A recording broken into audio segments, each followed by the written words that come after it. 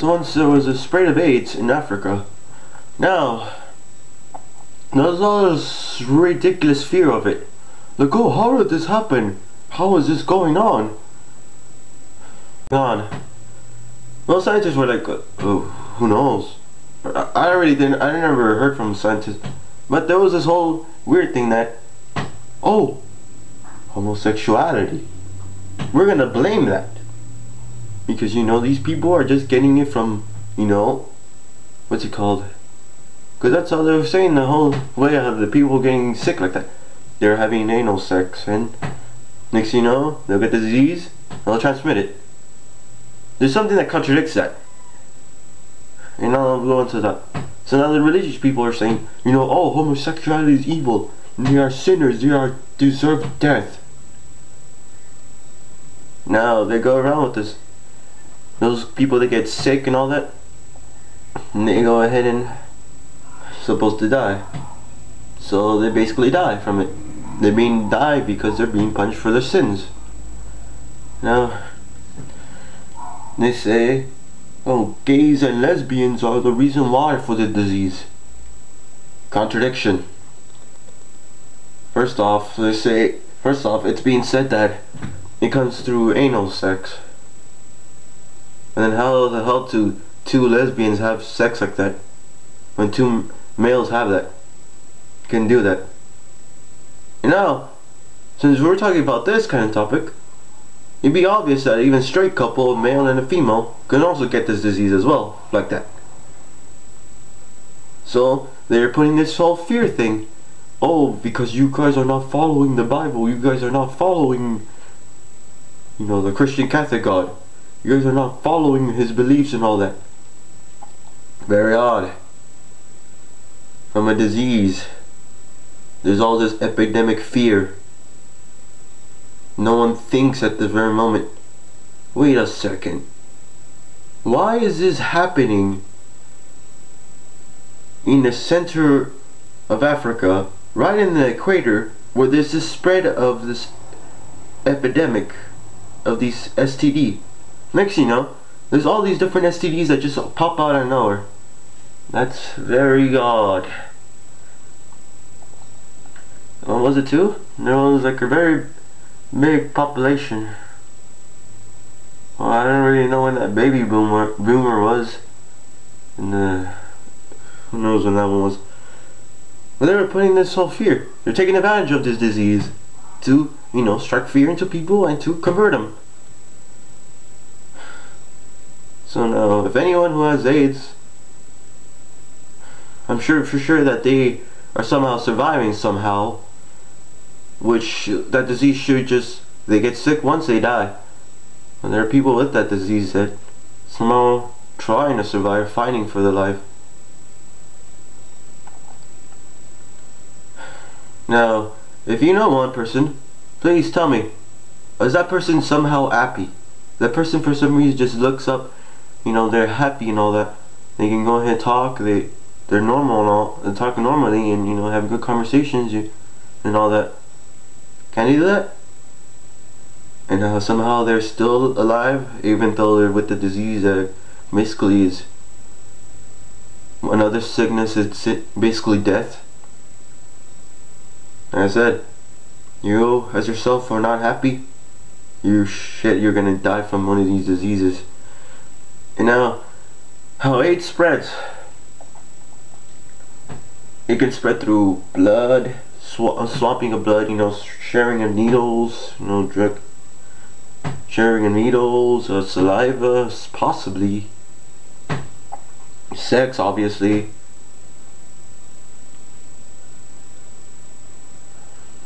Those are the ways how it could pass. And now, this disease, believe it or not, what I've learned, is human made, just like every other diseases. Now, it seems to be some sort of fear tactic. It's a biological weapon that I'm possibly thinking we go back right before the revolution of the US. Right before the Europeans went to the US. we look back at that time, there was all these sicknesses and diseases. There was also that one thing, the plague of Red Death, right? If I'm thinking in the right position. I'm not sure if I'm positive about this. Now, back in the U.S., before the U.S. actually became the U.S., there's all these different Indians, there all these tribes. They're running around. They were going around happily. No, not happily, but you know they're stable. You know, they just had their own tribes and all that stuff, and they're just traveling around.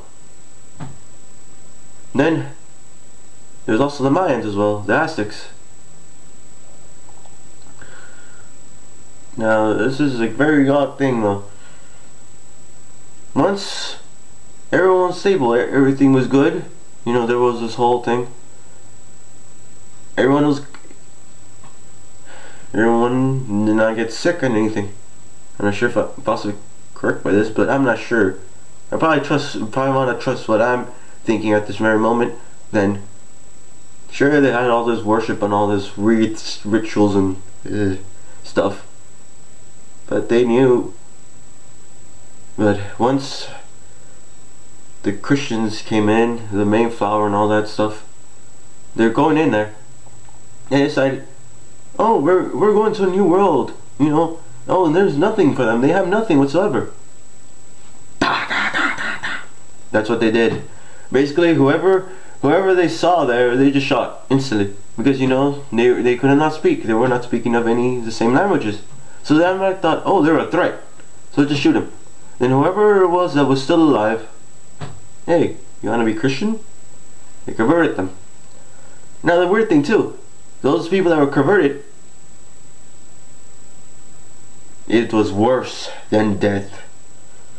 Because you know they were forced upon a religion that they didn't know. They're like, what the hell? There was all these stupid things that were thrown at them. There was all these things that were thrown at them. You know, they were getting taught by all these people. They were being, you know, set up as slaves. They were going ahead and getting sick. There's all these sicknesses that were just killing off all the Native Americans there. And plus the Mayans too. The Mayans over in the central, they were dying from all these sicknesses, from all these diseases that was brought in by the people who just transferred in there. Sicknesses from Christians. Very odd. Because it can't be possible that people who, you know, worship the Christian Catholic God should automatically be able to be cured, you know.